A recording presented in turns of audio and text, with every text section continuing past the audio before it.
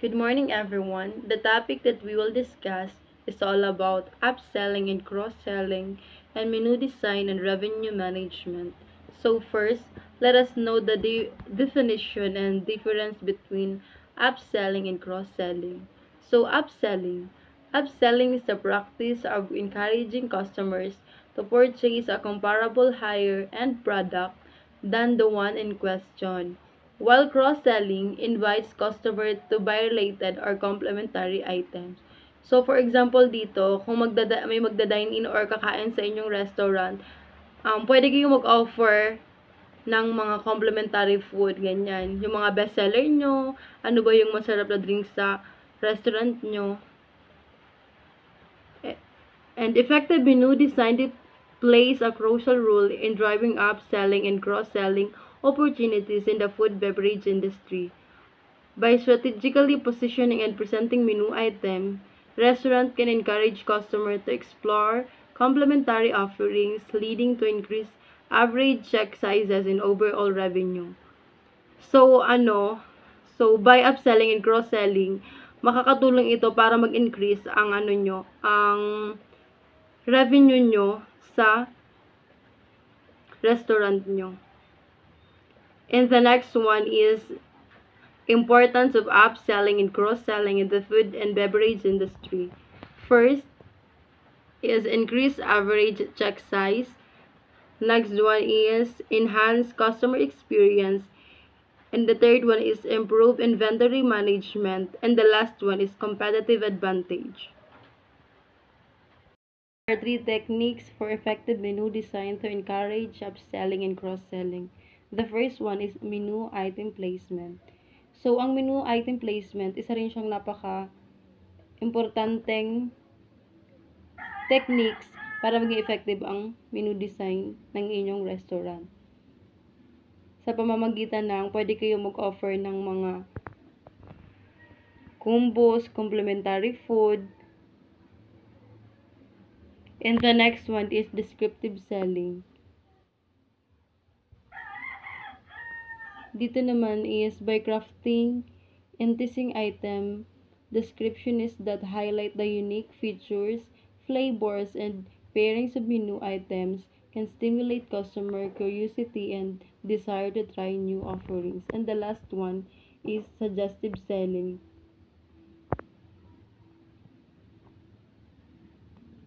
Dito naman is pwede kayong i-train nyo yung staff nyo as an restaurant owner. Pwede nyong i-train ang staff nyo. Or pwede kayong mag-brainstorming kasi as an restaurant owner, pwede rin kayong humingi ng mga idea or mga suggestion sa inyong mga employee kasi sila ang halos nakakasalumuha sa mga customers, sila ang may mga idea na kung ano ba ang mga binabalik-balikan ng mga customer. Sa pamamaraang ito, pwede itong makatulong para mag-increase or mag-add ang sales nyo. Next is optimizing menu layout and item placement for increased revenue. First is prime real estate. Positioning high profit items in combos in the most prominent areas of the menu, such as the center or right side, can draw customer attention and increase their likelihood selecting those offerings. Dito yung sa gagawa ka pa lang ng menu or menu layout, dapat mo rin isaalang-alang yung mga position ng mga pagkain. Dapat yung mga best seller nyo ngaya nasa right side or left side, hindi kung saan-saan mo lang ilalagay na side. And the next one is visual hierarchy. Utilizing larger font sizes, bolder typography, and eye-catching image to highlighting high-margin items can make them more visually appealing and enticing to customers. Dito naman sa visual hierarchy, dapat nyo rin consider yung mga font size or bold typography and kung kaakit-akit ba siya sa mga customer Dapat kasi sa paggawa ng menu layout, dapat sa unang impression pa lang ng customer na magda-dine, dapat eye-catchy na siya kasi nagbibigay din ito ng appeal and interest sa mga customer para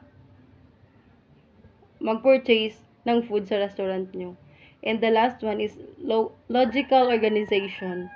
Grouping complementary menu items together and using clear section headers can help customer navigate the menu more easily, identifying potential add-ons and cross-selling opportunities.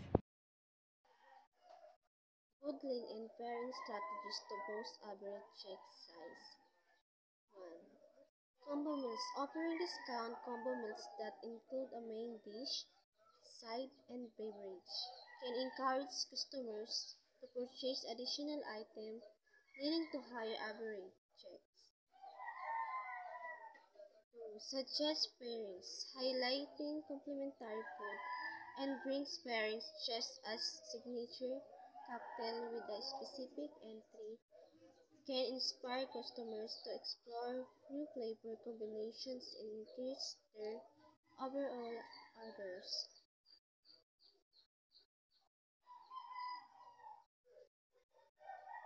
Bundled promotions. Creating limited times promotion just as date night, special, a shareable appetizer package can drive incremental sales and boost average check size. Upsize options. Providing upsize or upgraded option for items like beverage, sides, or dessert can prompt customers to spend more without significantly increasing their perceived boost.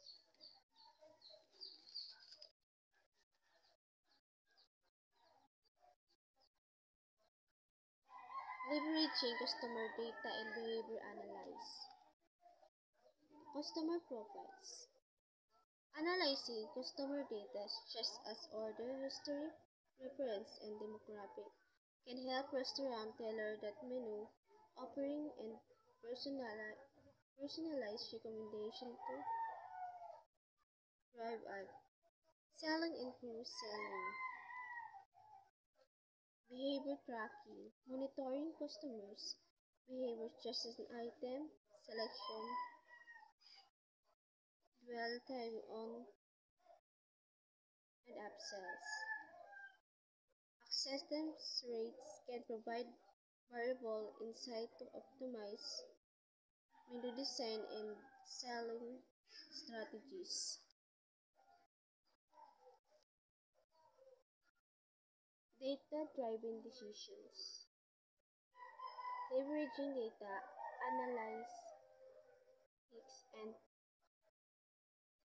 predictive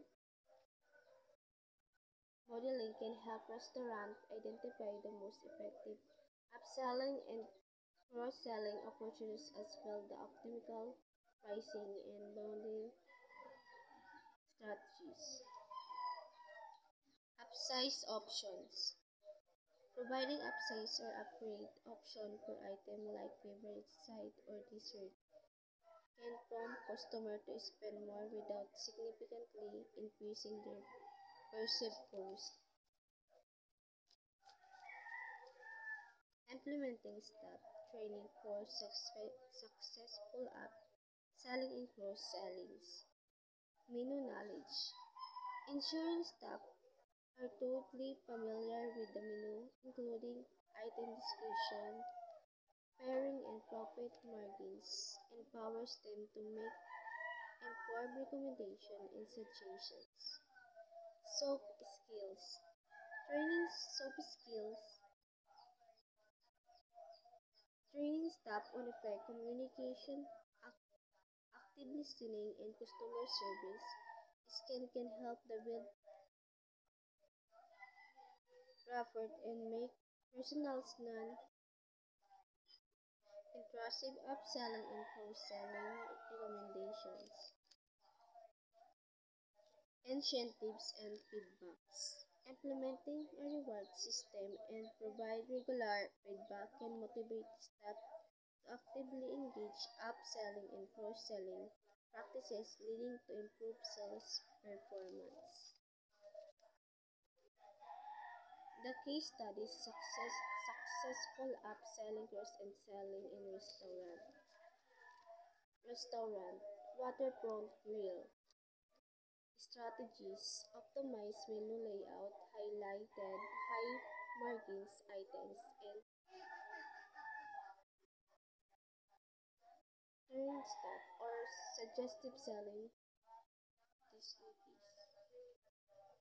Results show a 15 increase in the average check size and 20 growth in overall revenue.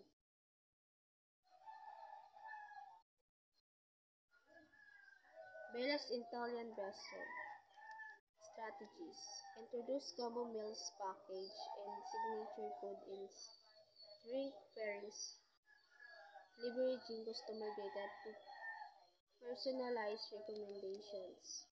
Result: experience a 12 increase in average check size and 25 growth and repeat business.